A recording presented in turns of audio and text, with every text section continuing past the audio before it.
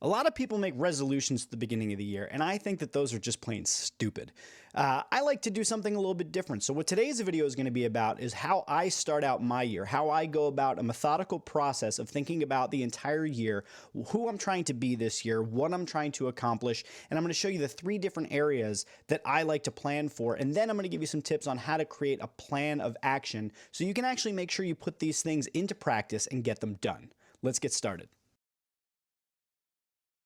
Did you know back in 2012, Aquafina was making her breakout YouTube video, My Vag? It's 2012. That was 8 years ago from time of recording. But very recently, Aquafina just made history as the first lead actress to win a Golden Globe in a major motion picture that's a comedy or a musical. She made history, the first Asian American actress to do such a thing. And a mere 8 years ago, she was making parody sort of rap videos on YouTube. She was injecting humor as a rapper. I don't think if you asked her back in 2012 if she was going to make history 8 years later, that she potentially would have said, yeah, that seems plausible. But she did. So the question is, what if this year was the year? Because you never know when it's going to be the year. And even more so than that, you have to think that each and every year is going to be a contributing factor in whether or not you have that breakout success at some point in your life. I was reminded of this very recently when I was just browsing on Facebook and on LinkedIn, and I came across a post by a friend of mine named Ron Tite. Ron wrote this post that 10 years ago, he was not a husband. He hadn't even met his wife yet. He wasn't a father. He wasn't a speaker. He hadn't yet become an entrepreneur or an owner or an investor or an author. And he posted, what a difference a decade can make. And I'm certainly looking forward to the next one. It got me thinking of how much had changed in my own life over the course of 10 years. 10 years ago, I wasn't with the love of my life. I hadn't even met her yet. I wasn't a father, and I'm still not technically, but she is on the way. I hadn't given my first speaking engagement yet. I hadn't realized I was an entrepreneur fully. I mean, I had some ideas of it, but I wasn't really fully convinced that that this was like the only path for me. I wasn't an author, but at time of recording this, 43,000 words into my first book, The Lovable Leader. And my network and support system, while still awesome, I mean, I had a lot of really great friends, but 10 years ago, 2010, it wasn't anything like what it is now. And even though I'm nowhere near the goals that I want to be at yet, I realize that a decade flies right by, and a lot of things do actually change over that time. And the funny thing was that when I was thinking about that full decade, I realized that most of those things that changed that are on this list right here changed within a year. So again, it comes back to like, what if this was the year? And the way that I go about my planning process for each and every year is kind of with the assumption that any year could be the year. And I plan as if, you know, every single year that I put in that work is just one more contributing factor towards my ability to get to where I actually want to be. And you never know when that big break is going to come.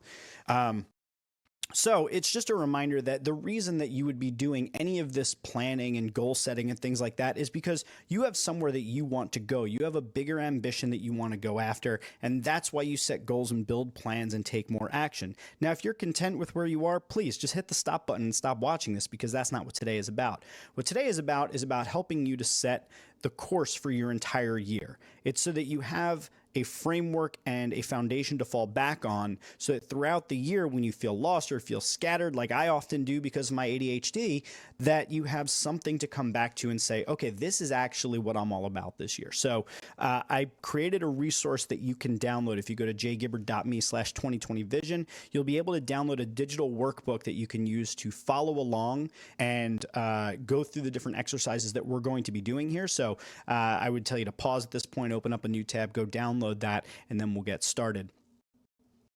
Now, the setup is this. In order to follow along with this video, to go along with what we're doing here, you're going to want to have the digital workbook that I created for you, or at least a notebook, or you could have a spreadsheet or a notepad or something like that. But really, I think you're best off using the digital workbook if you can. The second thing is if you're not currently using a digital calendar like an iCloud or a Google Calendar or something like that, strongly suggest that you do. And if you do already have that, then you want it open in another tab and ready to go. So here we go. Now, the first thing I want you to do is just relax, okay? Just take a second. I want you to breathe.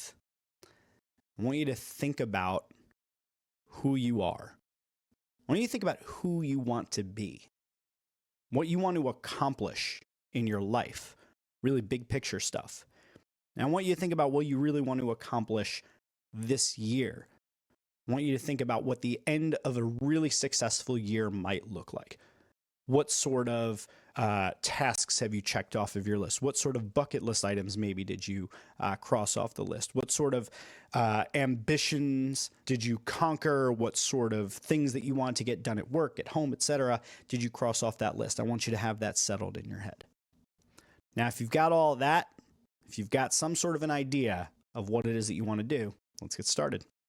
So the beginning of what we're going to do today is focus on what your year is going to be all about. And I'm going to give you a really awesome framework that I've been using for 7 years now that I find really, really helpful. I look forward to it every single year as a way of kind of giving me a path to follow each and every year. I'm also going to then take you into goals and goal setting, and we're going to go through 3 different areas of your life to have you thinking about what you want to accomplish in different areas of your life, and it's going to be a very free-form, free association sort of brainstorming that will then we'll tighten up later on. And then finally, we're going to take everything that we've done there, and we're going to put it into a plan, and then we're going to talk about some ways that you can take action on all of the things that you're trying to do there. So that's going to be the agenda for this video. For this, I anticipate it'll probably take somewhere between 30 to 45 minutes, but I guess whatever the length of this video will determine how long it actually did take us. So let's get started. At the beginning of this, I want to define what your 2020 is going to be like. And if you are watching this in 2021, I assure you the concepts are still extremely relevant. So how I go about defining it is a little bit different than most people, at least most people as I see it, because the popular thing that people do is they set New Year's resolutions. They come into the new year and they think, here's the thing all the things I'm going to change about me. And they think that they're going to ultimately change their life through resolution. My feeling is resolutions are absolutely stupid. I don't think that they work. And here's why, is that we've all been here, right? So it's January 3rd. We lace up the sneakers, ready to go out and do that run. We're going to go lift weights at the gym. We're going to eat healthy. We're going to change all of our bad habits and adopt new ones.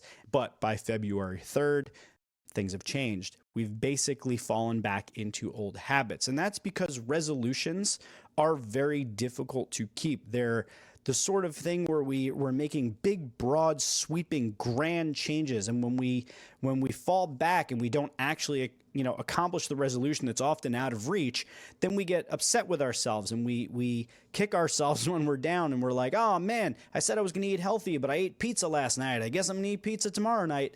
So I just don't think the resolutions are a very helpful way. Some people get some value from them. Some people find them useful. I personally think that they're absolutely stupid. And the reason I do is that I've discovered something that's far better, and that's to think in terms of themes. So a resolution is this: I resolve to, go to the gym for 52 straight weeks. But once you get to like 48 weeks remaining in the year and you've missed a couple, now all of a sudden that resolution is shot, so you give up on it. Whereas if you set yourself some sort of a theme, something that you can use throughout the entire year, that's a lot more helpful. And I do this using the power of 3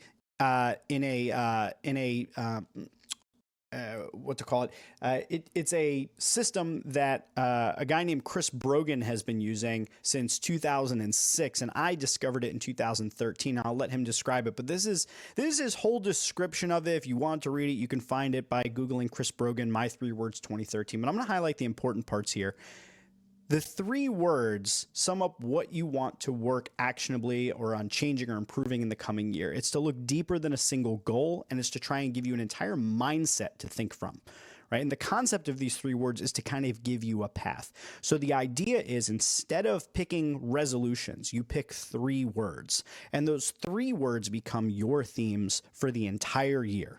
Now, I've been doing this since 2013, and I got to tell you, it has been an absolute game changer for me, because what happens is that throughout the course of the entire year, you check in on them. I try to keep them present in front of me throughout the entire year, and I'll show you how I do that. But the idea is that throughout the year, you have an idea of who you want to be, right? Like one of the answers that he gave, one of the situations he gives in here is like, for instance, if you wanted to be fit, you could go with something like athlete or runner or something like that. And those are sort of things that throughout the year, year you could look back on and you can still embody and become those words and live those words without breaking a resolution or anything like that. So I found a lot of value personally in using the My Three Words concept.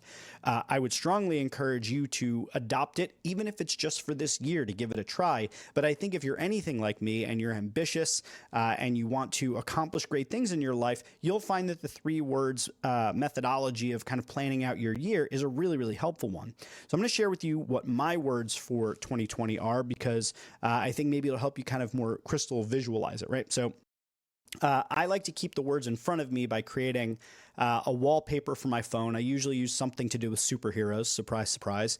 And I'll make a wallpaper that's for my lock screen. So whenever I look at my phone, I see my 3 words. They're always in front of me.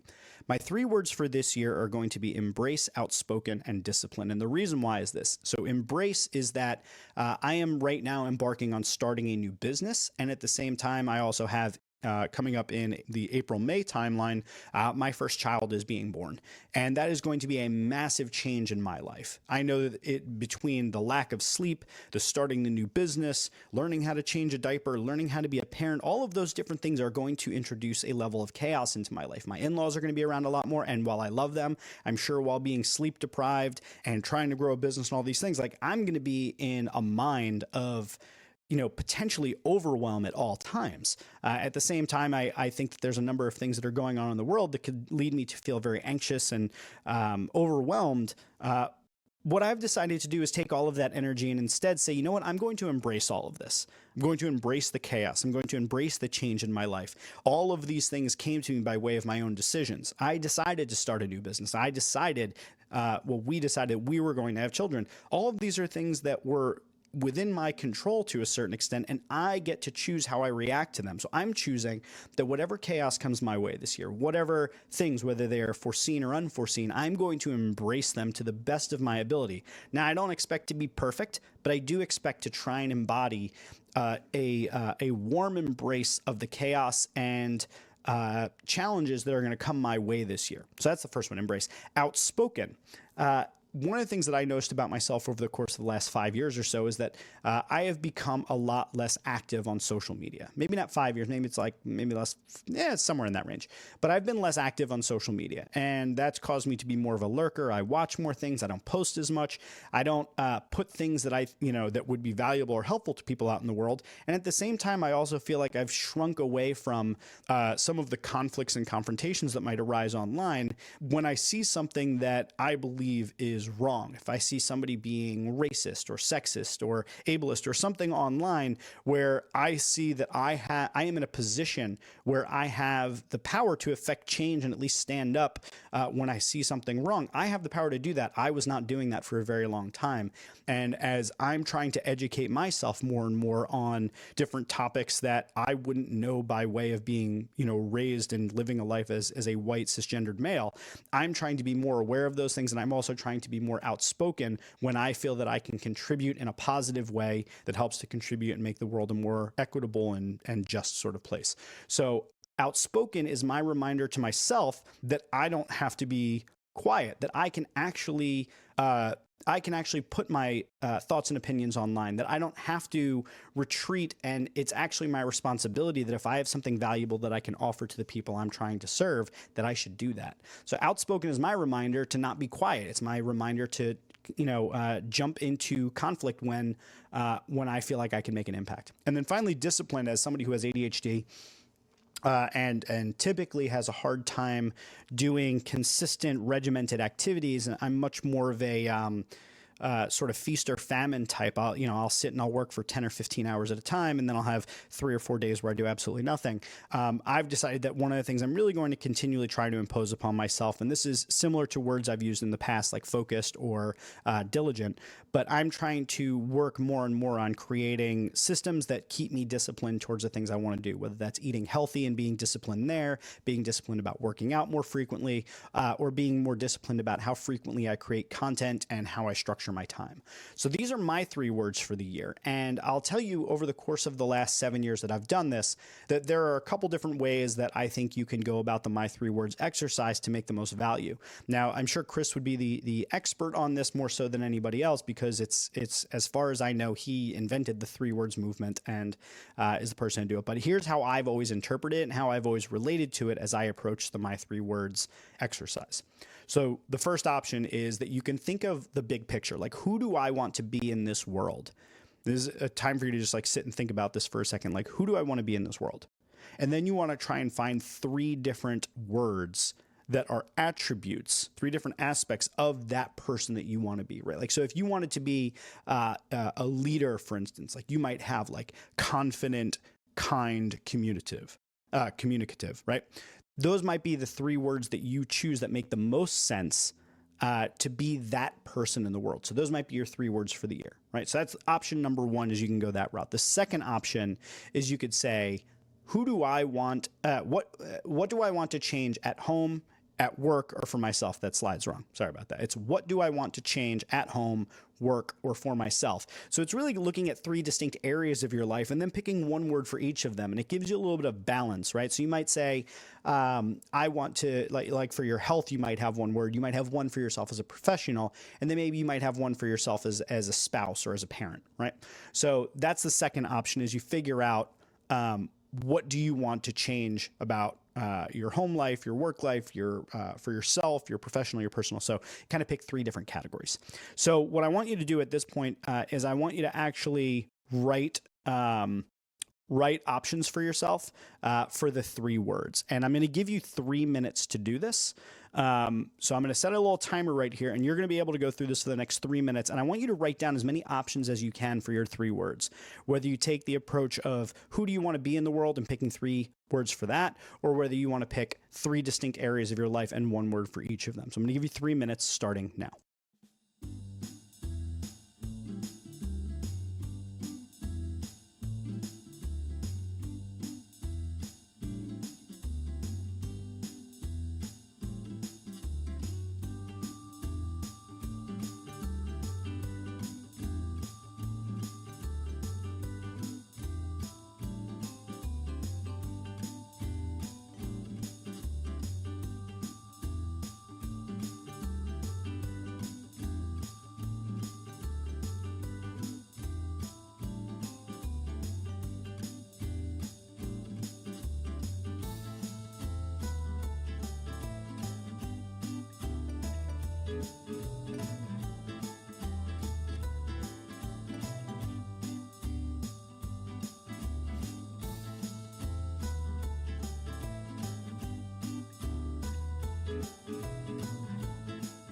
Two minutes remaining.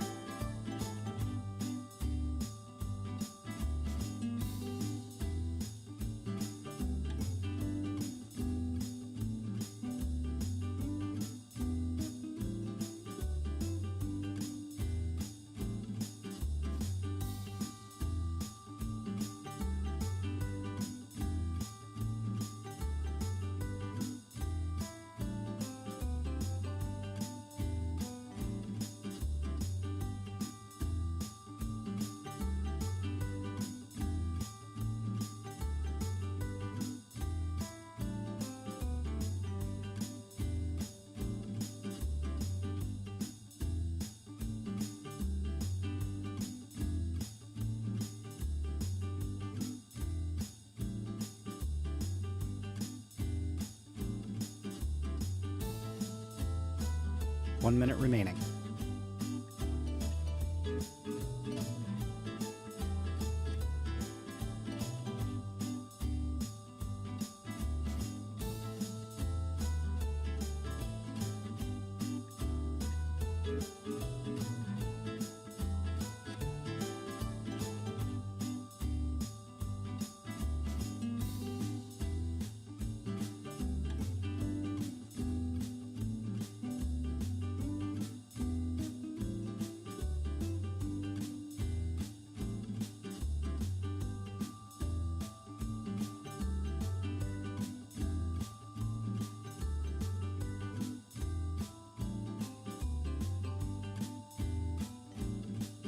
10 seconds.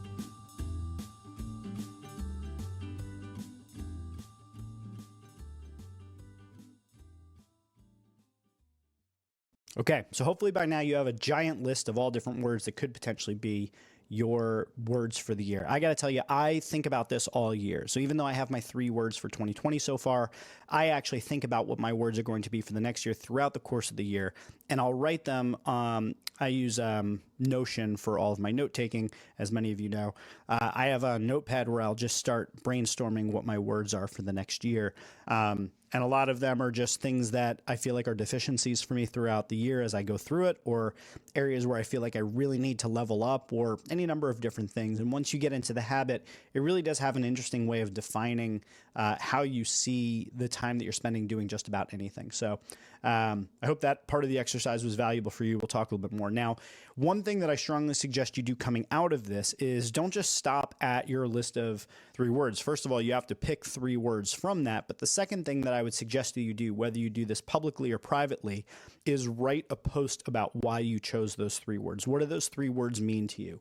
What do you hope that they will change in you? What do you hope that they will help you to accomplish? What are the areas that you think these words help you to shore up as far as weaknesses?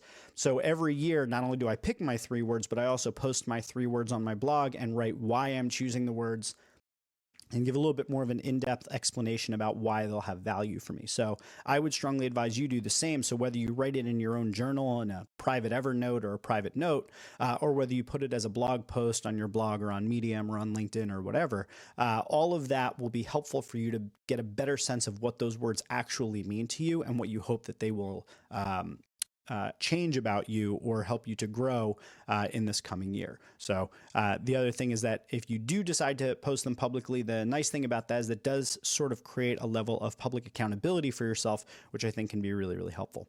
Okay, so now that we've done 3 words, you've set your themes for the year. So this is the full entirety of the part 1, which is what is your year going to be about? And when you select those 3 words, that's basically what your entire year is going to be about.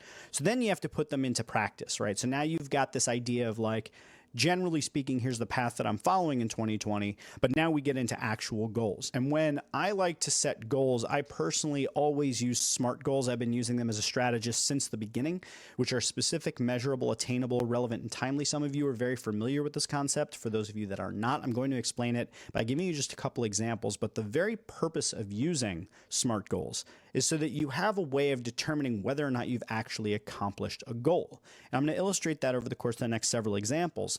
But this is super helpful because when you use vague or immeasurable goals, it becomes very difficult to feel the satisfaction of having accomplished it. But it's very difficult to know just what to shoot for because it's kind of a vague, nebulous concept. I'll give you an example. If you said, I want to get better at guitar as a goal, that's not a particularly measurable goal. What does it mean to be better at guitar? Better than what? How would you know if you are better? Is it just a feeling? Now, of course, you could make this one of your goals if you wanted to. It's a free country, but I don't think that it's particularly useful for you. I'll give you an example of how you could take that very same idea and make it a little bit more relevant. You can make it more measurable. You can make it more timely, and that's by adding a couple different things. So maybe you want to say, play Tears in Heaven by Eric Clapton at an open mic 3 times before December 31st, 2020. You might also say, be able to play Happy Birthday at my wife's birthday without making a single mistake, right? So you have a time limit. You know when you need to do it by. You know exactly what it is that you're trying to do, and you can measure it. You can count it. You can understand what it is. That's going to make it a lot more valuable for you. I'll give you another example. Let's say you want to be a great leader. Well, how do you define being a great leader? What does that mean? Is it in your mind? Is it in your team's mind? Is it based upon survey data? Is it based upon results? What does it mean, right? So choosing be a great leader might not be a particularly useful goal for you to have. By contrast, if you were to say something along the lines of post 3 consecutive quarters of growth and have at least one team member win an excellence award by the end of the year, that shows that your team as a whole is posting better results each quarter, which could be attributed to your leadership, obviously. And then if you had one team member win an excellence award or whatever awards you have at your company, that also shows that you are helping to guide your team. Now, you can't take credit necessarily for their award, but it does give you the opportunity to say that my team is doing well and I hopefully had a hand in doing that. Now, those aren't be all end all examples, but they're just an example to show you the comparison between smart and not smart goals. Okay, so next, now that we have SMART goals as sort of our foundation, let's go through the different types of goals you might want to have as a human being. I think the easiest place to start in goals, because it starts you off kind of light, because most people are going to, when they think about their goals, they're going to be thinking about their career, they're going to be thinking about sales, they're going to be thinking about all these different things. I think we should start off a little bit lighter to kind of get us in the habit of thinking about, like, what do we really want to accomplish? So I think personal goals are a great place for us to start. And the personal goals that you might have could kind of go all over the place. I'm going to give you a couple places to start with. Obviously, this is not an all-inclusive list because personal goals are going to be different for each and every individual. But some that I think that there are things like your health, your friends, and your family, right? So Randy Zuckerberg, Mark Zuckerberg's sister, famously said something along the lines of, it's called the entrepreneur's dilemma, and it's family, friends, health, sleep, and work. Those 5 things, she says, pick 3, right? So the idea is it becomes very difficult to basically have it all and to do it all. I don't remember if those are the exact terms, but the general idea is that it's often difficult to maintain friendships while also being close with your family, while succeeding at work, while getting enough sleep, and also attending to your health. It's very difficult to do. But if you set some goals in each of these different areas, it may be a little bit easier for you to do it. So starting with health. I neglected to go to a lot of doctor's appointments for a number of years, and not because I didn't have insurance, because I did, but for a period of time I didn't have insurance and I didn't go. But when I did finally get my insurance again, I still didn't go and see my doctors when I knew that I should have, just for checkups or whatever. So maybe you want to put doctor's appointments on there. I put off seeing a therapist for way too long, and I actually think that one of the best things I did in this past year was actually make my mental health a priority. And interesting, just to track back to the first part where we're talking about themes and my 3 words, one of my 3 words for 2019 was self-care. And it was the reminder of seeing that on my screen that actually encouraged me to take the steps of going and making an appointment and seeing a therapist on a regular basis. And I got to work through some things that I hadn't thought about in a very long time, and I think have made me a lighter, more joyous and less anxious person by having done that. Sleep is a very important one, especially as I get older. I didn't realize just how important it was. And as I get older, it becomes more and more important for me. But I used to be able to exist on a few hours of sleep, hungover, whatever. I could manage on less sleep, and it is just catching up to me. I am 39 years old and turning 40 this year. And if I don't get 8 hours, I am just kind of not useful at all. Minimum 6 hours. So maybe you want to make it a point to have a goal about how much sleep you get. Maybe you want to have something about your diet and exercise. It's a pretty standard one. For me, my cholesterol is a little too high, so I'm going on the Mediterranean diet and trying to make sure that I exercise 3 times a week. Now, even if I have these goals and I don't hit them, I still at least have them there, and I know that I can get back to them, and hopefully they'll fit in with the themes of my year. Friends, I think this is a really big one that for me, every new year kind of becomes very clear for me. I think about all of the different friends that I didn't spend enough time with or reach out to enough in the previous year, and I know that I have, so I have sort of what I'll call my hot list, which are like my close friends, like my very, very inner circle, and people that are in my close professional circle as well, but I'll kind of leave them for later. But for my personal hot list, I'm thinking of like my really close friends. There are some people that I only spoke to maybe 4 times last year, and that's not exactly how to keep and sustain a friendship. So maybe you want to do like I do, and you put together a list of people that you want to make sure that you are closer and more connected to this year. So you build like your own little personal CRM. Maybe there's something you want to do with family. Maybe it's spending more quality time with your family, or helping your family with something, or dealing with unresolved issues. Whatever they are, think about what your personal goals might be. Now, I'll give you a couple of mine for the year just so you have an idea of kind of where I'm going. I want to get 8 hours of sleep every night. I want to eat the Mediterranean diet 6 days per week at least. I want to have 1 cheat day so I can eat whatever the heck I want. Work out 3 days a week. Connect with my top 10 list of friends every month, and visit my mom once per week, and then have a video chat with my dad once per week. These are things that are important to me. I think these help to serve the type of person that I want to be, the type of life that I want to have. I think with all the health related things, it's to have, a long and healthy life. But these are things that are important to me. So the next thing I want to do is give you 3 minutes to work on listing out some personal goals that you think are important to you. And I'm going to put up these different options for you just as starting points, but feel free to go nuts and go anywhere you want on this and think about what you want to accomplish this year, specifically, measurably, attainably, relevant, and timely, that things that you want to be able to do within this year. And for timely, it doesn't mean like you have to do it by next month, but in the absence of another date, I would just consider by the end of the year, what are some things that you have as personal goals? I'm going to give you 3 minutes starting now.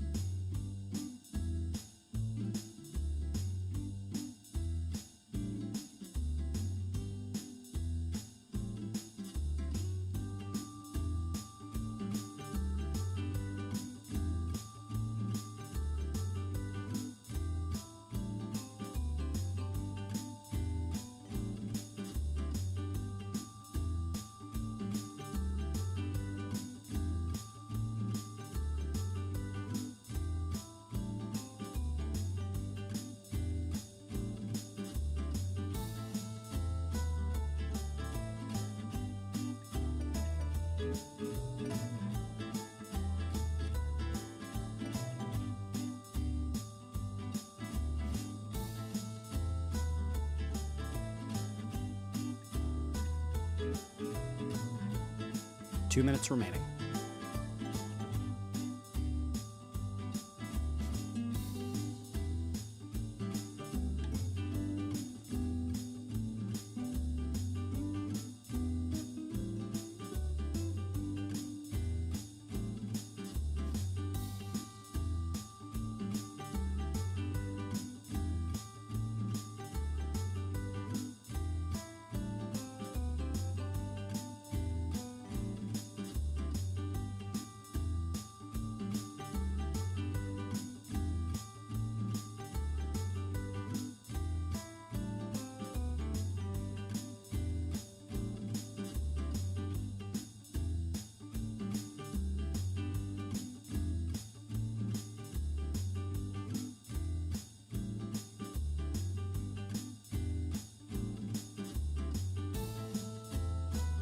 One minute remaining.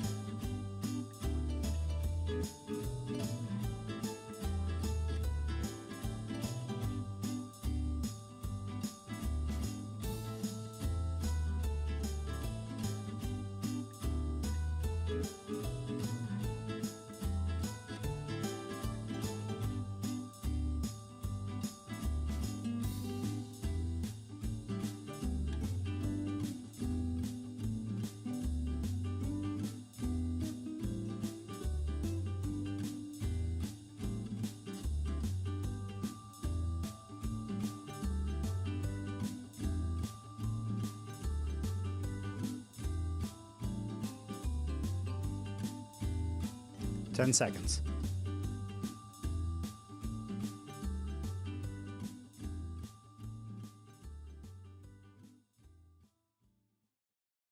Okay, so that was personal goals. You should have a giant list right there. Don't worry about cleaning it up or anything. We're gonna discuss that later. For now, I just want to move on to professional goals. So most of you are probably watching this video because you're focused on your professional goal setting, and that's cool. You know, I think there's more to life than just your work, but your work is obviously extremely important. And I think the very same principles that you're applying to setting your professional goals can be applied to your personal goals and your personal growth goals. But let's talk about your professional goals. 3 areas that I tend to focus on when I'm setting my professional goals are in my networking and career development or my business development, you know, helping my company grow or things like that, as well as marketing and sales. So as it relates to networking, you might want to set a certain number of relationships to cultivate or specific people that you actually want to connect with. So I deal with a lot of speakers and entrepreneurs and authors. That's the network that I tend to run in. And those are people that I want to have closer relationships with. Those are people that are often mentors for me that I can often find ways to help. So typically I'll put on my list is connecting to people within a certain network. I also like to make for myself a personal goal or a professional goal of making a certain number of introductions. I feel that the more that I put that sort of good karma out into the world of making those introductions, typically the more it's come back to help me. So it's something for you to think about. Maybe one of your goals is starting a new side hustle or getting a promotion or getting a new job. Maybe it's building your networking system or process. It could be any of those things. So think about what you might want to do professionally. As far as marketing goes, I would tend to tell you to focus on the the work that you're outputting rather than the results that you might be getting from it. It's sometimes a little bit more difficult to say, I want to get, 10,000 website visitors this year, although it could help to set some strategies for you of how you want to go about doing that. But typically, I would look towards things that you have a little bit more tangible control over, such as number of pieces of content you produce. And even though audience growth is one of those ones that's more result based, it's one that I tend to put on my list because it's something that I want to shoot for is, a certain number of YouTube subscribers or a number of people on my email list or Twitter followers or whatever. That can be really helpful as well. Again, you want to remember the A in SMART goals, which is attainable. So if you're starting from 0, I probably wouldn't suggest that you make it, I want to have 1 million YouTube subscribers by the end of the year. It's probably not realistic, but hey, shoot for the stars. It's up to you. And then finally, sales is obviously one that I think a lot of people think about, especially if they're entrepreneurs, small businesses, freelancers, is looking at what sort of revenue targets you might have or how you might improve your close rate or how you might retain a certain number of clients more than you ever have in the past. So I'm going to show you some of my goals. So just to kind of give you and get your wheels turning, but obviously you can pick wherever you want. For me, I'm looking to book 4 deep consulting clients per year. My deep consulting clients are clients that I work with over the course of 6 months, and we really deeply investigate their business, everything from looking at the business and the brand all the way through the leadership, the culture, the marketing, and the sales. So I'm working with organizations to really do a deep dive into who they are, who they want to be, and then how that manifests itself in how they lead, how they build a culture, how they market themselves, how they sell their products and services, and then ultimately how they recruit and build their business overall. So that's how that's one of the things that I'm planning to do. The next is I want to book 4 training sessions. I want to only do 1 per quarter. I feel like that's a relatively healthy number of big full-scale trainings to do. I want 6 speaking engagements. I'm looking to grow my email list to 1,000. This year, I hadn't really paid very much attention to my email list over the last 6 years because I've been focused on other things. I want to get 1,000 YouTube subscribers for the Superhero Institute, which is where this video is hosted and just launched a couple days ago, really. And then I want to produce 36 videos, which would work out to about 3 a month. So giving myself the option of taking 1 of the weeks off per month. But my hope is to produce many more than 36. But that would be a goal for me. So that's what I'm doing. So for you, I would ask you to take the next 3 minutes and think about what are some professional goals that you have. Write them down. Think about what you want to accomplish, and let's go from there. 3 minutes on the clock.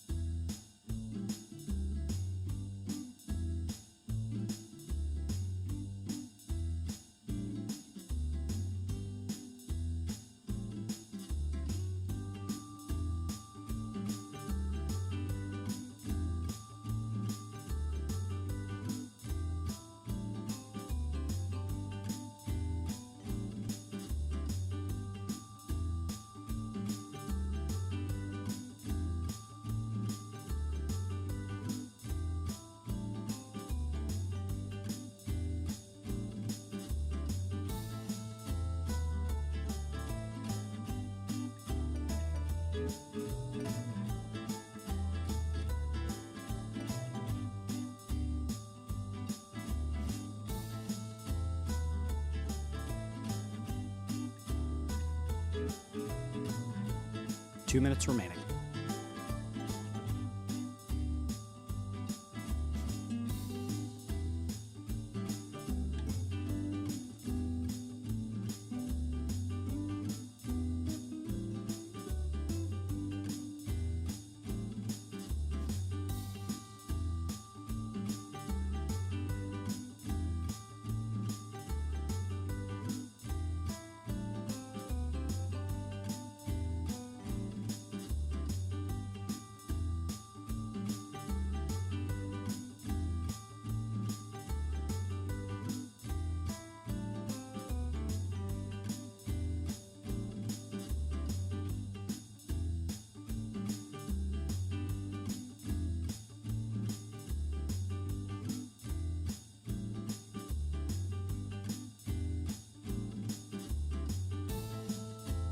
One minute remaining.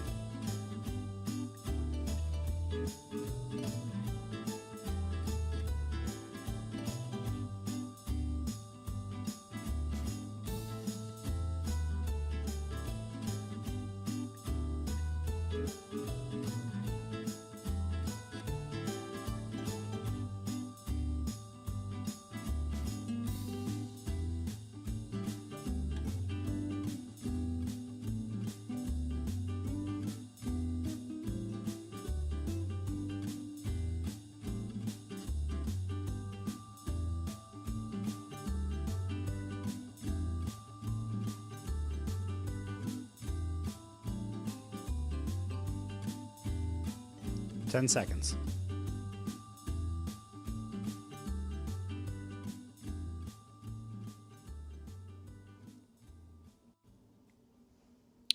All right. Finally, let's look at growth goals. So you may have noticed that over the professional goals and personal goals, I didn't talk about things like books to read and things like that. So I actually have a separate section that I like to think about for my growth goals, which is looking at the different skills that I might want to learn, new languages, hobbies, professional skills, things like that. I think that those are slightly separate because they're about you. They're not necessarily about your career. They're not necessarily about your personal connections and things that are going on in your personal life. They're more about you and your own growth. So I like to separate it out as its own thing. I'm generally looking at skills to acquire, things I want to get better at. So the goals that I would have for this are things like, so these are my goals, is I want to read 24 books this year, minimum. I want to have a basic level of conversational Cantonese. My wife's family speaks Cantonese and Mandarin, but Cantonese is the primary language. And we're going to be bringing up our daughter to be able to speak both Cantonese and Mandarin. So it'd be nice if there wasn't a secret language in my house. So I'm looking to learn that and then learn how to change a diaper. So learning how to change a diaper is going to happen probably before June 1st. 24 books by the end of the year, and then I want to learn the basic conversational Cantonese by the end of the year. So those are some of the goals that I have for myself. I'd like you to take a second to think about what your goals, what professional skills you might want to learn, what new languages, what hobbies, number of books, maybe by the total number of books or maybe by category. Maybe you want to read 5 leadership books and 5 books on sales. I don't know. It's up to you, but I'm going to give you 3 minutes to think about what kind of growth goals you have.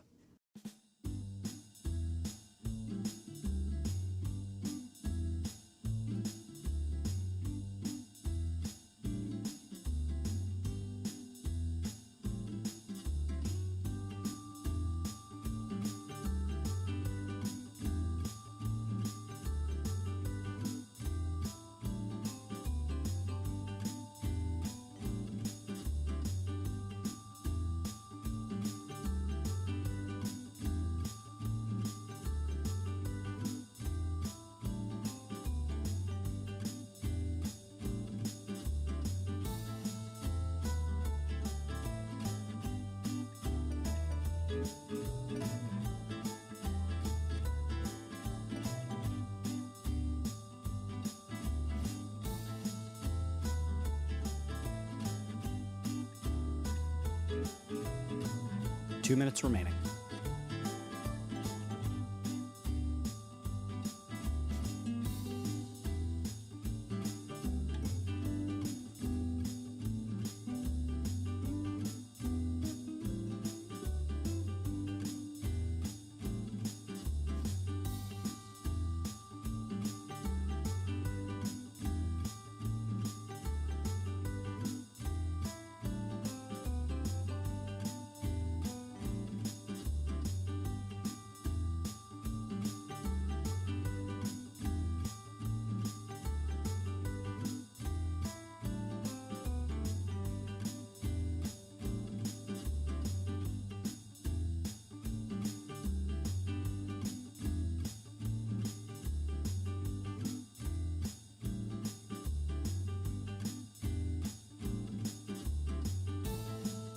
One minute remaining.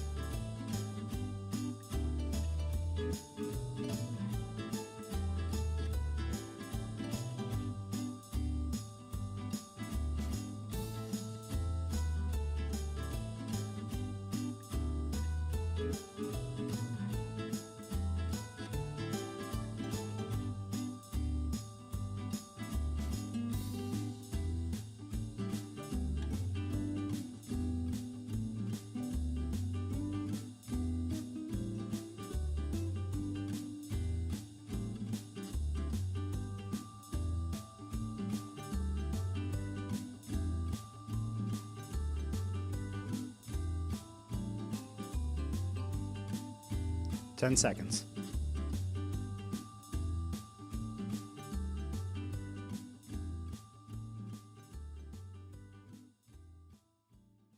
All right. We've gone over the goals now. You should have a pretty big list of the different goals that you want to accomplish personally, professionally, and in your own growth. So now let's take all of that and let's go to now we have themes for our years. We have goals for a bunch of different areas of our life. So now let's talk about planning and action. So it's about how do you take those different ideas, turn them into a system so that you can get them done, and then also inspire yourself to take the action to actually get them done on a regular basis. I want to share with you some different shortcuts and hacks and different things that I've found are really helpful. If any of you are like me and have ADHD and struggle with keeping your attention and focus, some of this will be very helpful for you. So the first thing I want to talk about is getting things done, just as a general idea. There is a specific G.T.D methodology that I'm going to cover in just a second, or I'm going to talk briefly about. But the idea of getting things done is really at the core of what this is all about, right? Because setting themes for your year and creating goals in all these different areas doesn't mean a damn thing if you don't actually get things done. I personally have found in my life that there are 3 different components that combine together to actually make it possible to get more things done. It is these 3 factors. The first is planning, the second is focus, and the third is action. If you have a damn good plan and you can stay focused on it and you can say, aligned around what it is that you were trying to accomplish, that those plans are based on goals and that you focus on them, and then you take action regularly and inspire yourself to take action even when you don't feel like it, you have the recipe to get more things done. And if you really master these 3 areas, you can get a tremendous amount done. So I want to give you a couple book recommendations to start off with that can help you this year. If you read any or all of these, I think they're going to be really, really useful for you in getting more things done this year. The first would be Actually Getting Things Done, which is a book by David Allen. It is a book on time management, productivity, and really just learning how to remove stress from your mind as a result of all of the different tasks and things that are floating around your mind. He provides a very tight framework for how you can have more effective systems to get things done. It's a really great book, and one of the things that I like most from it, there's a lot of different aspects of the book that I think are really, really strong, but one of my favorite aspects of the G.T.D methodology, the actual getting things done methodology, is that there's an idea of an inbox, which is that you have a centralized single system place that you put your different ideas and tasks and things like that. So instead of having like 10 different notebooks or having a task list in Evernote and one inside of Trello and one side, you need to have one system. And that inside that one system, there needs to be a single place where all new information goes, so that you don't have to, at the point of getting information out of your head and dumping it, find which place it's supposed to be. Instead, you have a single inbox and you dump everything out into that inbox. And then from there, you add and assign context. So that's where you begin to assign it. You give it due dates, you put in the proper project, etc. But the idea is you want to give yourself just a dumping ground for all of your new ideas. And that's one of the things that I found most helpful. I think you'll get a lot out of reading the book, so I'd strongly advise that you look at it. All of these links will take you to the Amazon page for them, so you can go right to it. Essentialism is really about understanding what's like the one thing that you need to get done. Really, it's about saying no more than saying yes. It's understanding what your priorities are and what your goals really are and saying no to everything else. The tagline of it is the disciplined pursuit of less. My friend Matt recommended this book to me, and I've since read it twice. And I think that it's one of those books that really changes the way that you think about your work. Nir Eyal wrote a book called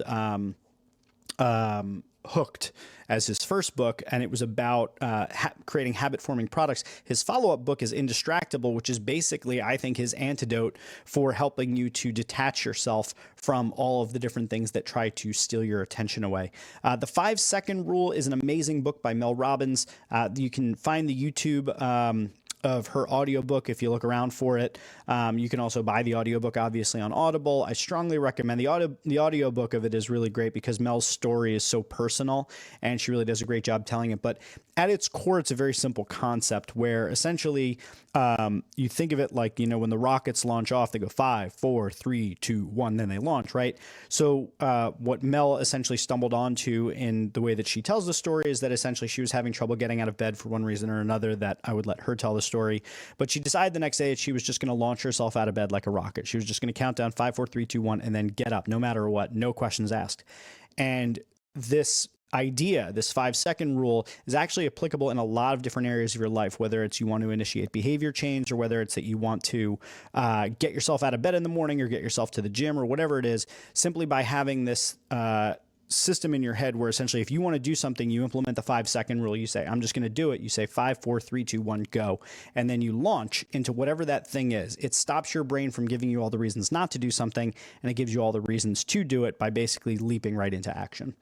The final book that I have on this list right here is Deep Work. It's about essentially giving yourself the space to really get into a task that requires your thinking and your deep attention to it. It's a great book by Cal Newport. Strongly recommend it. And then on the worksheet, you'll notice I also gave you a bonus book, which I'll just mention here, which is Digital Minimalism, also by Cal Newport. And it's also about really reducing down the number of tools you use and the number of online digital technologies that would steal your attention, and really just reducing it down to things that provide you with actual value so that you create the space for deep focus and deep work.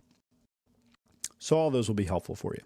Now, did you know, this is an interesting fact, you may not have actually known this, but on average, it takes 66 days to form a new habit, but it can take anywhere from 18 to 254. And there's been some misreadings of the research that said it only takes 21 days.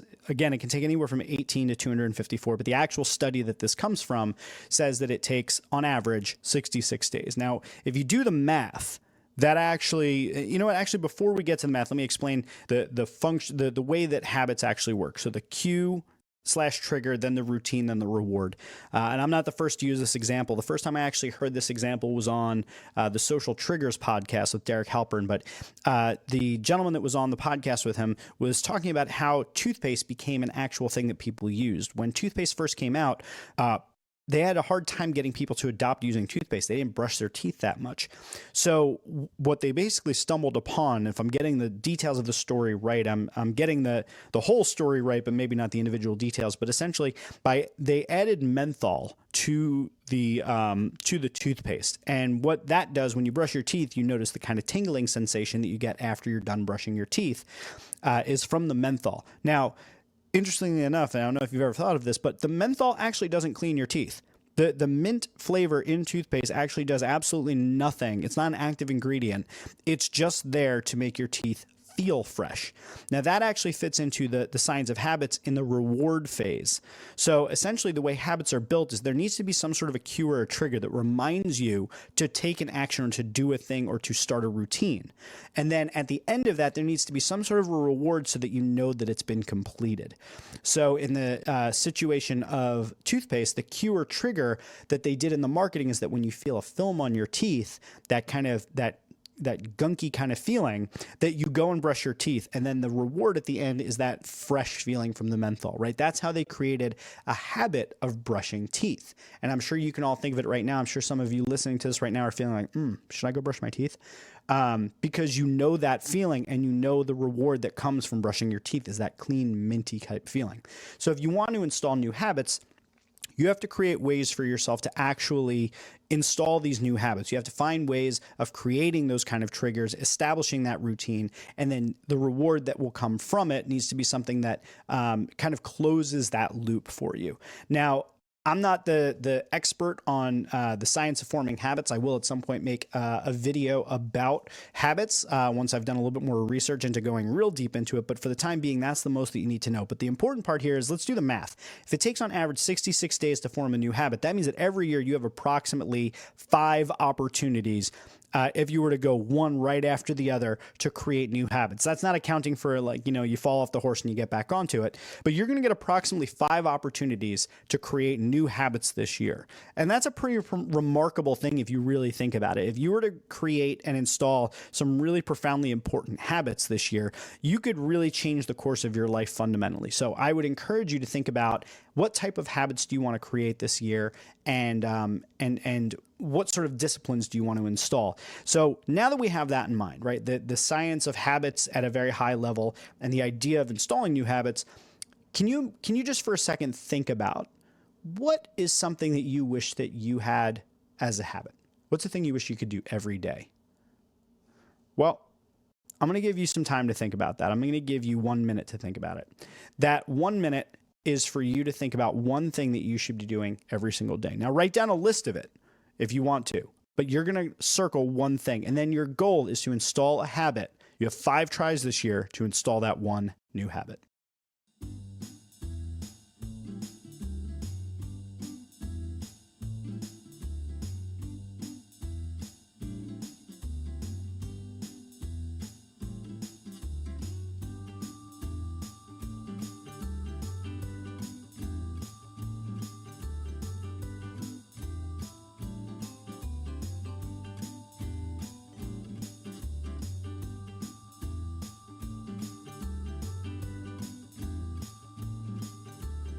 10 seconds.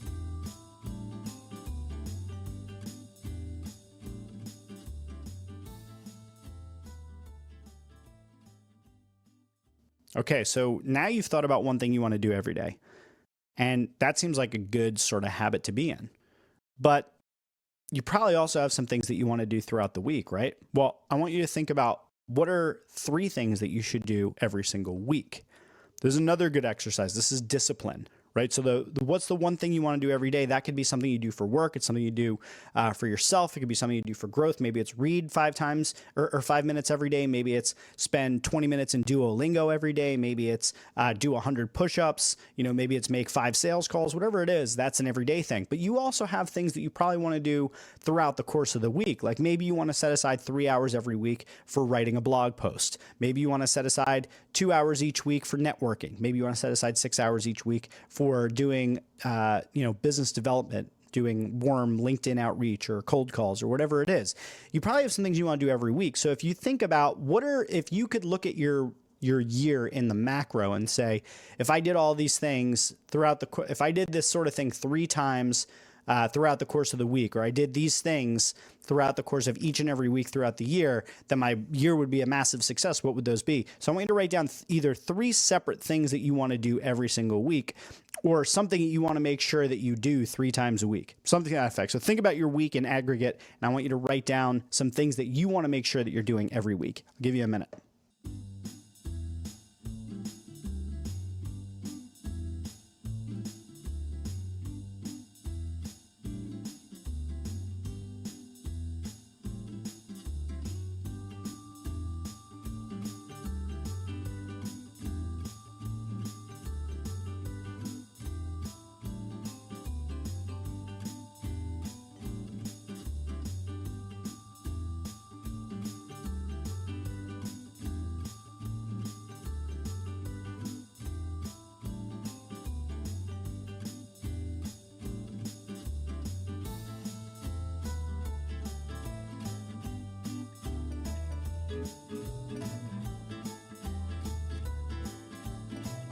Ten seconds.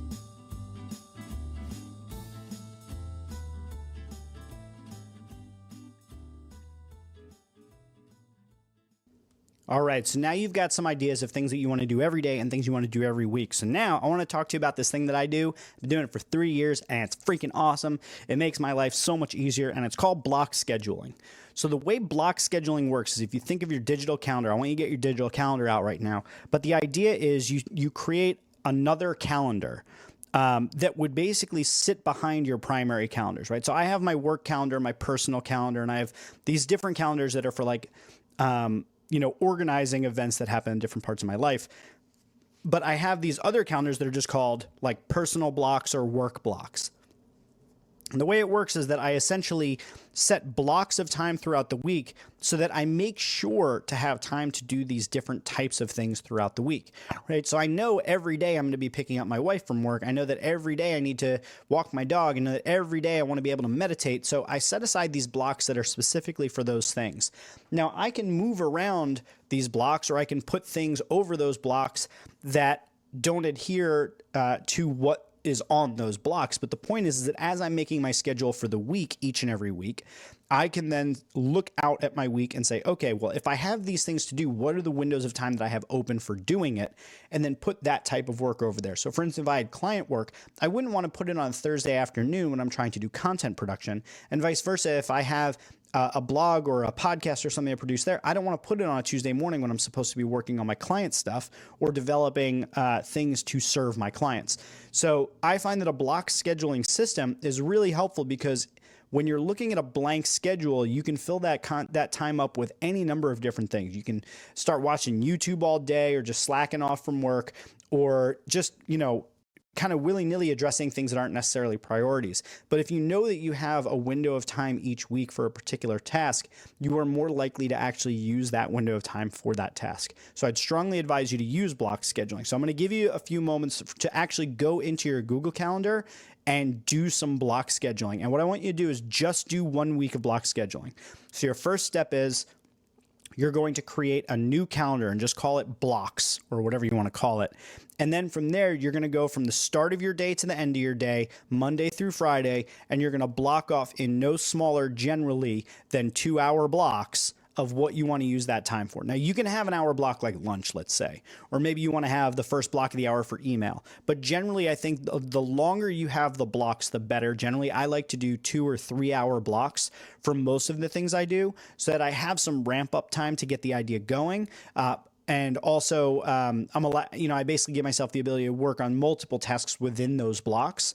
I personally have a hard time getting myself focused and into a task unless I give myself like a 20-minute ramp up period. Some people don't have that, but that's how I encourage you to do it.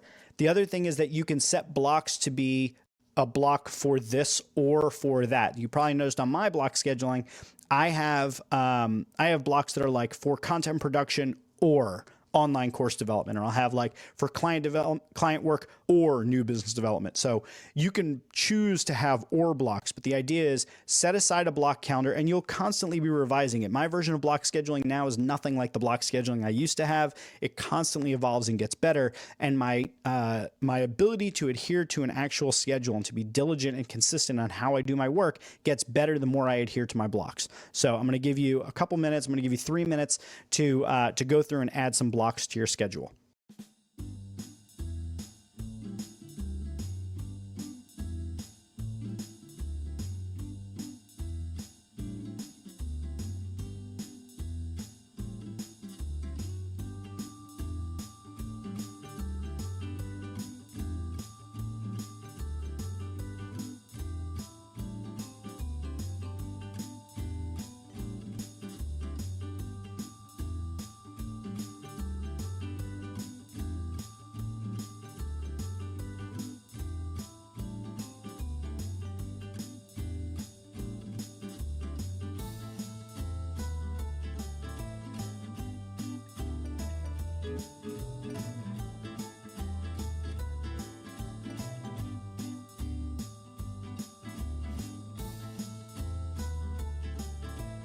Two minutes remaining.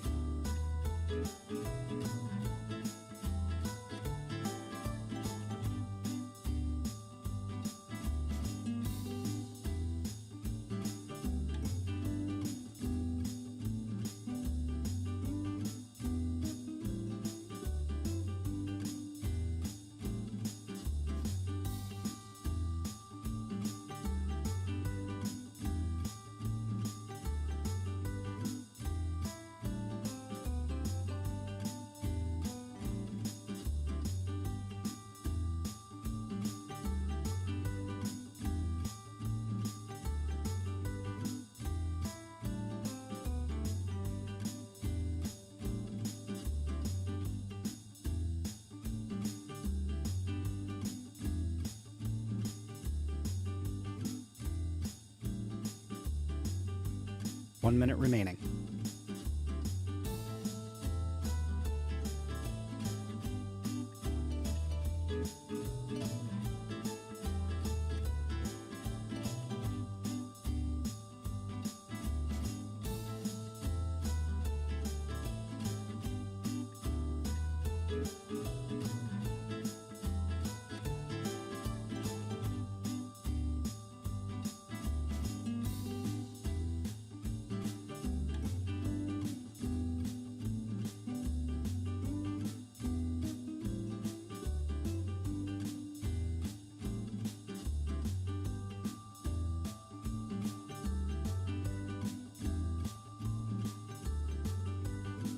Ten seconds.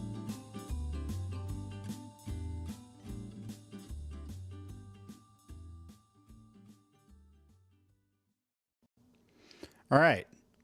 So let's recap where we've been so far, and then we're going to get to the final exercise. So you've set your themes for the year. You've come up with some goals for yourself personally. You've come up with some goals for yourself professionally. You've come up with some goals for yourself as far as it relates to your own growth personally and professionally. Then we went in and we started designing a plan and instituting some disciplines, such as understanding, one, how to get things done better, but then going through and deciding what are some things that we want to do every single day, and then what are some things that we want to do every single week. And then from there, we went and we put that stuff right on your calendar so that you had the blocks identified for things that you want to do every day and things that you want to do every week. Hopefully, you've done all that. So here we are. So what's left? Well, there's actually two things that are left, but there's one final exercise. The final exercise is this. I want you to write 3 options for your one big thing. What's the one big thing? The one big thing is if you did nothing else this year. What is the one thing that you should accomplish? And I'll tell you, for me, it's finishing my book, because I know that that's the number one most important thing I can do for my career. I know it's the thing that is the biggest force multiplier. It's the thing that's going to get me on bigger stages. It's going to get me bigger meetings. It's going to lend more credibility to the fact that I actually know what the hell I'm talking about as it relates to leadership. So I know that's my one big thing. And if I get nothing else accomplished this year, that would be the one thing that I would hope to get accomplished. What's your one big thing? Stop for a second and think about it, because I'm going to give you 3 minutes. I'm going to give you 3 full minutes. So think about it. What is the one big thing?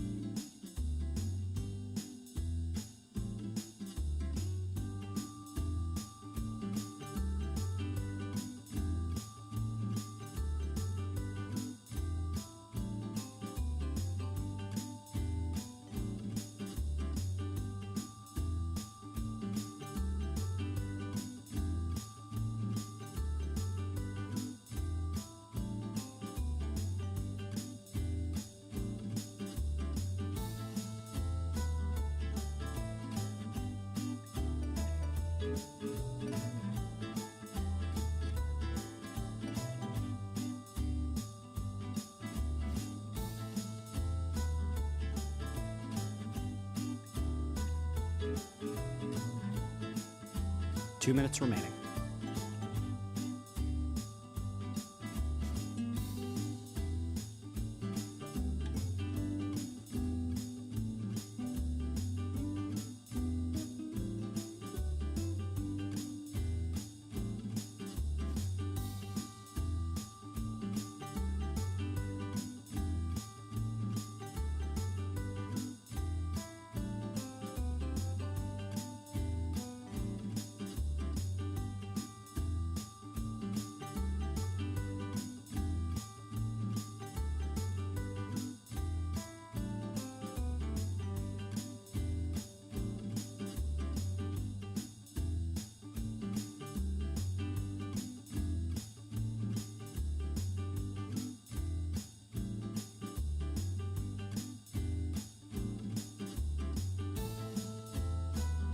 One minute remaining.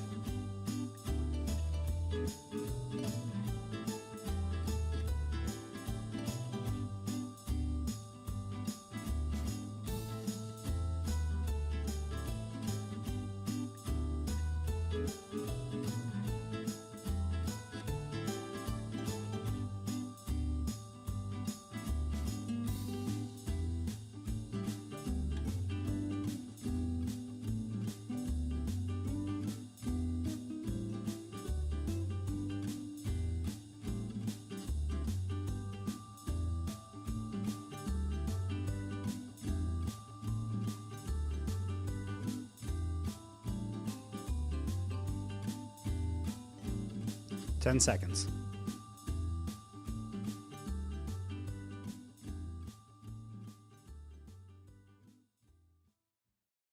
All right, so hopefully by now you've got your one big thing. You've got your themes for the year. You've got goals in personal, professional, and your own growth. And you've got things you're going to do every single day and things you're going to do every single week. You're feeling pretty good, I hope, because we just went through the entire process to be really, really thoughtful about who it is you want to be by the end of this year and gave you the tools so that you could implement that effectively.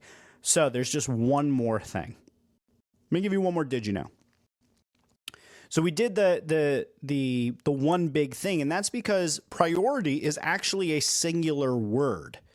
There's no such thing as priorities, because the dictionary defines priority as the fact or condition of being regarded or treated as more important than others. That means if you are the priority, you are the single thing that is more important than everything else. But we all know that we live in a society where we can't just do one thing. So even though we have the one big thing, the truth is all of those other goals still have to get done, and we still have to think about all of those things. That said, we do have to prioritize. We have to think about what's really important to us. And in those different lists that you created, your personal goals, your professional goals, and your growth goals, you probably have a list. You probably have multiple different things. So where do you start? Well, I'm going to give you my way that I deal with that, because I always have 100 different things that I want to get done. But I always apply the advice that my business coach gave me several years ago, which is to employ the Pareto principle. So Pareto was a philosopher, I forget from where, but commonly known as the 80-20 rule. So what I want you to do now is I want you to look at your list of personal goals, your professional goals, and your growth goals. And I want you to take that entire list, and I want you to count them, and then I want you to take 20% of those, and those are the 20% that you can keep.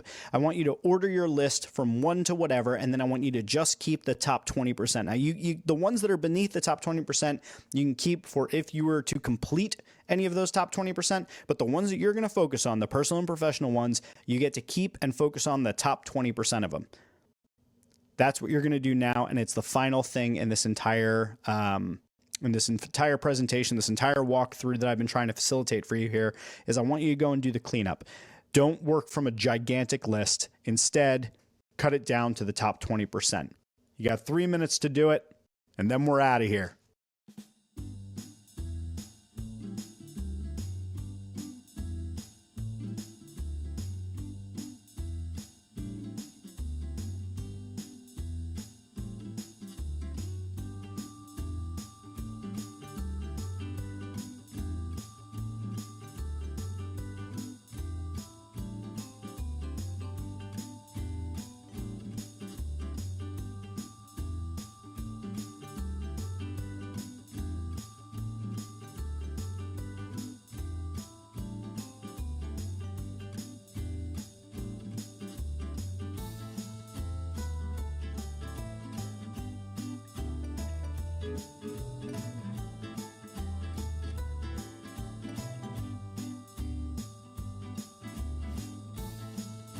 Two minutes remaining.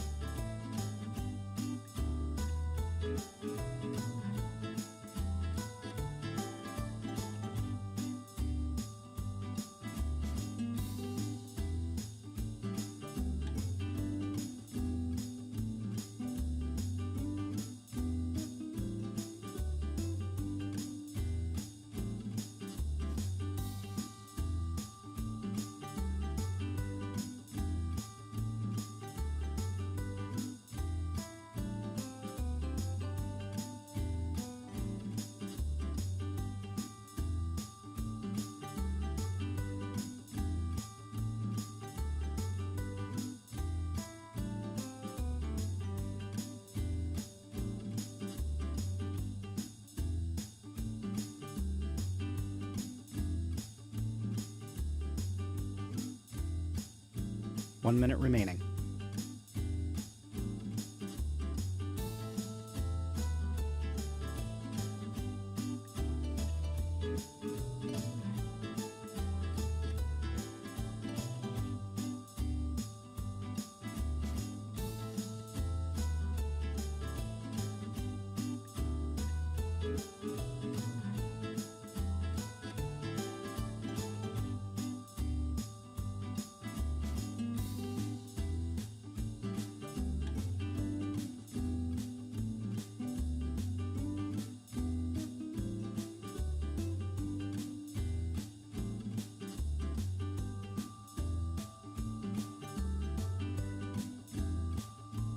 Ten seconds.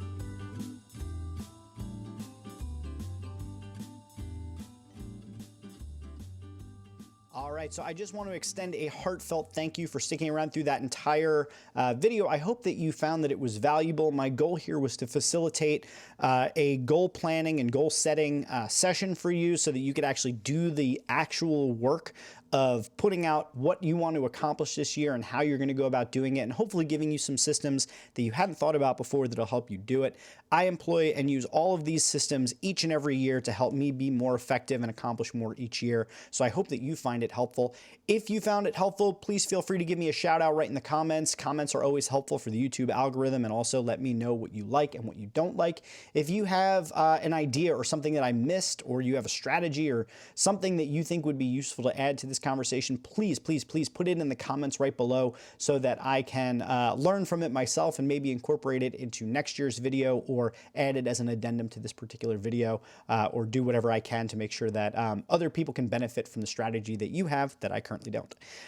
Also, make sure to hit the subscribe button so that you are notified when new episodes come out. And if you want to know as soon as videos come out, click the little notification bell on YouTube and you will be notified when new videos come out. It is my intention, as I stated in this video, to put out 36 videos this year, hopefully more, but that means I'm trying to put out one every single week that teaches you about how to do something. Sometimes they'll be long like this, other times they might be only 2 or 3 minutes, but the point is I always want to be able to provide something that's valuable for you, that helps you to level up, helps you to be more successful, that helps you to have greater confidence going into pitches or marketing or networking situations, whatever it might be. My goal is to help you become a real life superhero.